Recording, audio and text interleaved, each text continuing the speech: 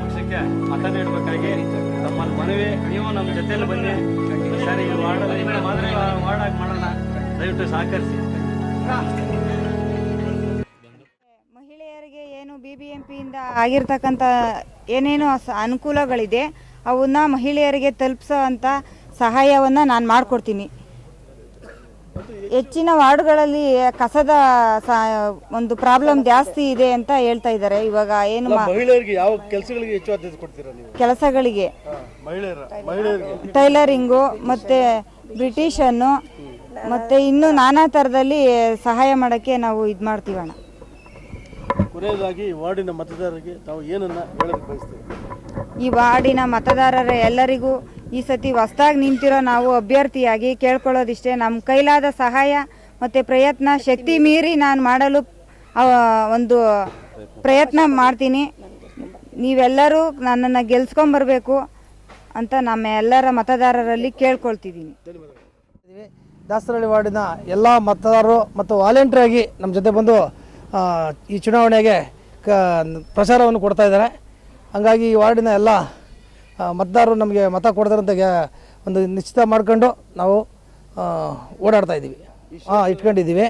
ಅವರು ಮೊದಲನೇದಾಗಿ ನಮಗೆ ಪುಟ್ಟಮ್ಮ ತಮ್ಮಣ್ಣವರು ಮಾಡೋಂಥ ಕೆಲಸಗಳು ತುಂಬ ಅಭಿವೃದ್ಧಿ ಮಾಡಿದ್ದಾರೆ. ಈ ವಾರ್ಡಲ್ಲಿ ಯಾವುದೇ ಕೆಲಸವೂ ಬ್ಯಾಲೆನ್ಸ್ ಇಲ್ಲ. ಹಂಗಾಗಿ ಮುಖ್ಯವಾಗಿ ಅವರ ಒಂದು ಶ್ರೀರಕ್ಷಣೆ ನಮಗೆ ಇವತ್ತು ಮಾಡಿದಂಥ ಕೆಲಸಗಳ ಶ್ರೀರಕ್ಷಣೆ ನಮಗೆ ಇವತ್ತು ಕಾಯ್ತಾ ಇರೋದು.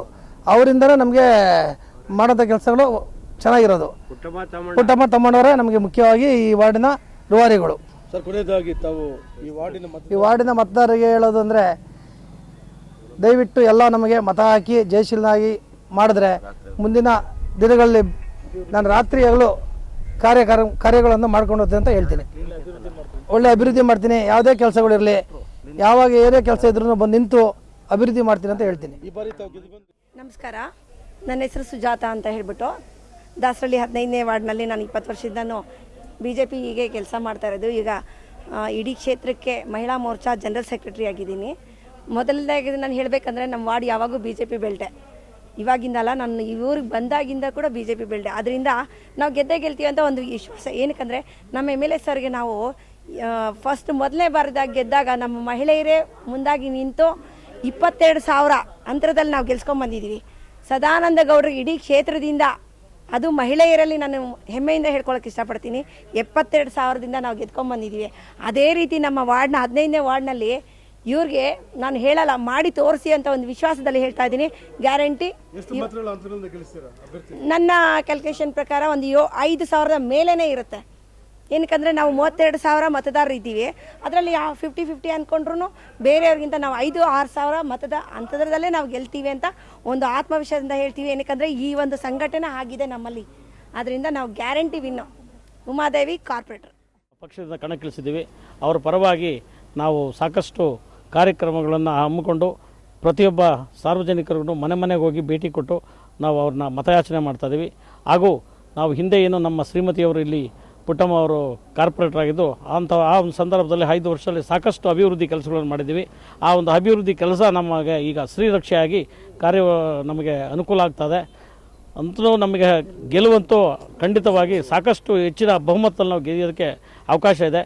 ಸಾರ್ವಜನಿಕರು ನಮ್ಮನ್ನು ಅಷ್ಟೇ ಒಳ್ಳೆಯ ಇದರಿಂದ ಸ್ಪಂದಿಸ್ತಾ ಇದ್ದಾರೆ.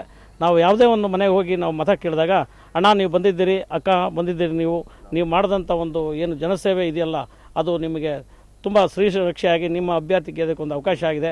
ಹಾಗೂ ಮುನ್ರಾಜಣ್ಣವರು ಏನು MLA ಆಗಿದ್ದಾರೆ, ಅವರ ಒಂದು ಆಶೀರ್ವಾದ ಮತ್ತು ಅವರ ಒಂದು ಅಭಿವೃದ್ಧಿ ಕೆಲಸ, ಹಾಗೂ ದೇಶದಲ್ಲಿ ನರೇಂದ್ರ ಮೋದಿ ಅವರ ಒಂದು ಪ್ರೈಮ್ ಮಿನಿಸ್ಟರ್ ಆಗಿದ್ದಾರಲ್ಲ, ಅವರ ಒಂದು ಕಾರ್ಯವೈಖರಿ ಮತ್ತು ಅವರು ಇವತ್ತು ದೇಶ ಮುನ್ನಡೆಕೊಂಡು ಹೋಗ್ತಕ್ಕಂಥ ಒಂದು ವಿಚಾರದಲ್ಲಿ ನಾವೆಲ್ಲನೂ ಮನಸೋರಿದ್ದೀವಿ.